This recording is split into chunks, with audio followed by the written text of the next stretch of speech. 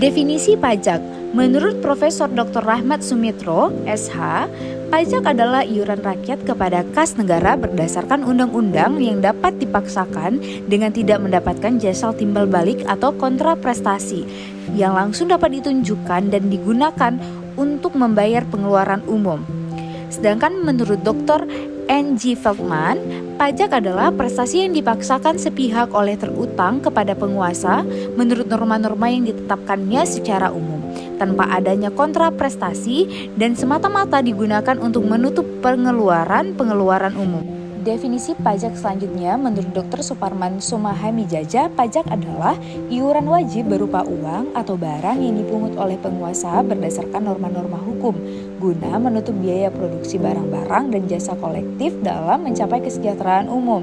Sedangkan menurut Undang-Undang Nomor 28 Tahun 2007, pajak adalah kontribusi wajib pajak kepada negara yang terutang oleh orang pribadi atau badan yang bersifat memaksa berdasarkan undang-undang dengan tidak mendapatkan imbalan secara langsung dan digunakan untuk keperluan negara bagi sebesar-besarnya kemakmuran rakyat.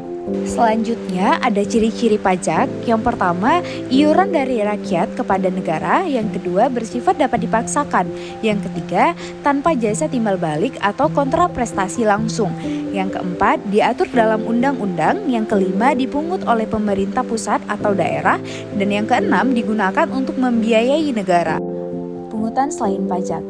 Pada pungutan selain pajak ada biaya materai, biaya masuk dan biaya keluar, biaya cukai, retribusi, iuran, dan pungutan lain yang sah atau legal. Fungsi pajak. Yang pertama ada fungsi budgeter atau sumber keuangan negara, yaitu pajak merupakan salah satu sumber penerimaan pemerintah untuk membiayai pengeluaran baik rutin maupun pembangunan. Yang kedua ada fungsi reguleran atau pengatur, yaitu pajak sebagai alat untuk mengatur atau melaksanakan kebijakan pemerintah dalam bidang sosial dan ekonomi serta mencapai tujuan-tujuan tertentu di luar bidang keuangan. Yang ketiga ada fungsi redistribusi pendapatan, yaitu pemanfaatan pajak untuk membuka lapangan pekerjaan. Maka semakin banyak pula penyerapan tenaga pekerja sehingga pendapatan masyarakat pun dapat diperoleh secara merata. Dan yang terakhir yaitu fungsi demokrasi. Terdapat unsur kerjasama, kekeluargaan, dan gotong royong untuk membangun kesadaran masyarakat dalam turut membangun perekonomian negara. Selanjutnya ada kedudukan hukum pajak. Yang pertama ada publik, yaitu bagian dari tata tertib hukum yang mengatur hubungan antara penguasa dan warganya. Yang kedua itu perdata, bagian dari keseluruhan hukum yang mengatur hubungan antara orang-orang pribadi.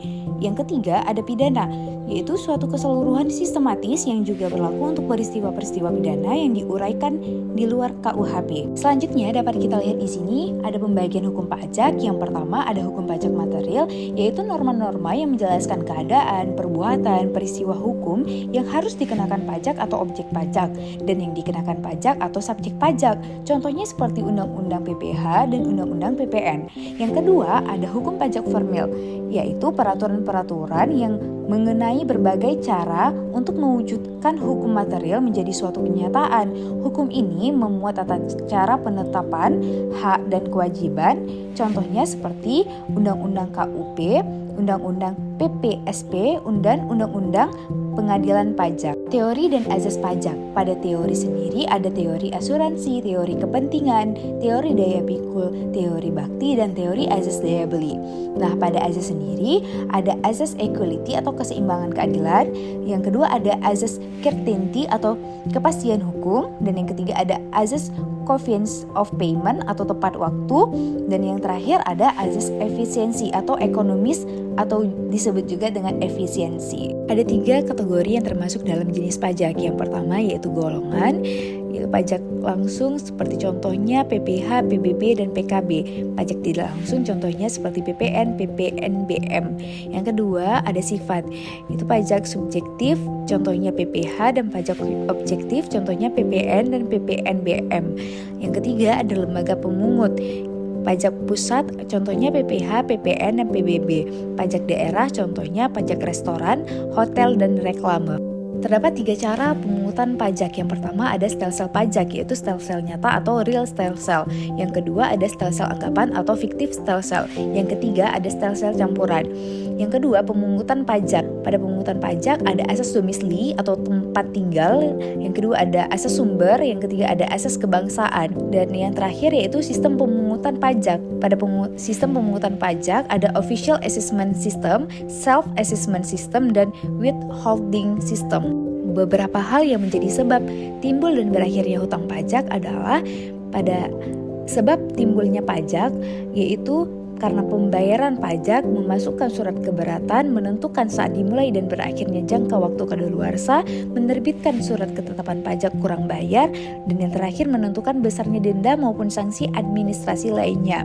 Sebab berakhirnya pajak yaitu pembayaran, kompensasi atau restitusi kadaluarsa, pembebasan dan penghapusan, penundaan penagihan, dan pengecualian. Terdapat dua hambatan pada pemungutan pajak, yaitu perlawanan pasif dan perlawanan aktif.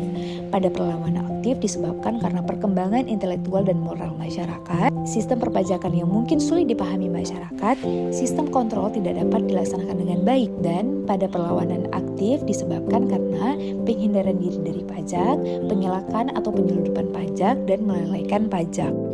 Tarif pajak. Tarif pajak ini terdapat 4 kategori. Yang pertama ada tarif pajak proporsional sebanding, contohnya seperti pajak pertambahan nilai atau PPN.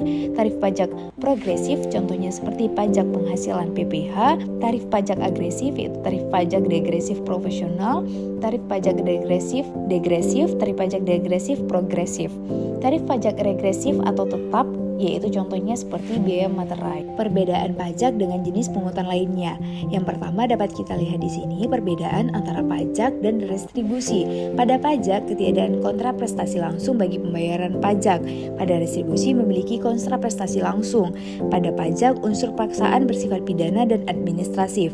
Pada restribusi, unsur paksaan bersifat ekonomis. Yang kedua yaitu perbedaan pajak dan sumbangan. Pada pajak terdapat unsur paksaan, dan pada sumbangan tidak terdapat unsur paksaan. Pada pajak, penerima manfaat tidak dapat dikenali dengan jelas. Pada sumbangan, penerima manfaat dapat dikenali dengan jelas. Dan yang terakhir ada struktur pajak di Indonesia seperti tertera pada tabel di bawah ini.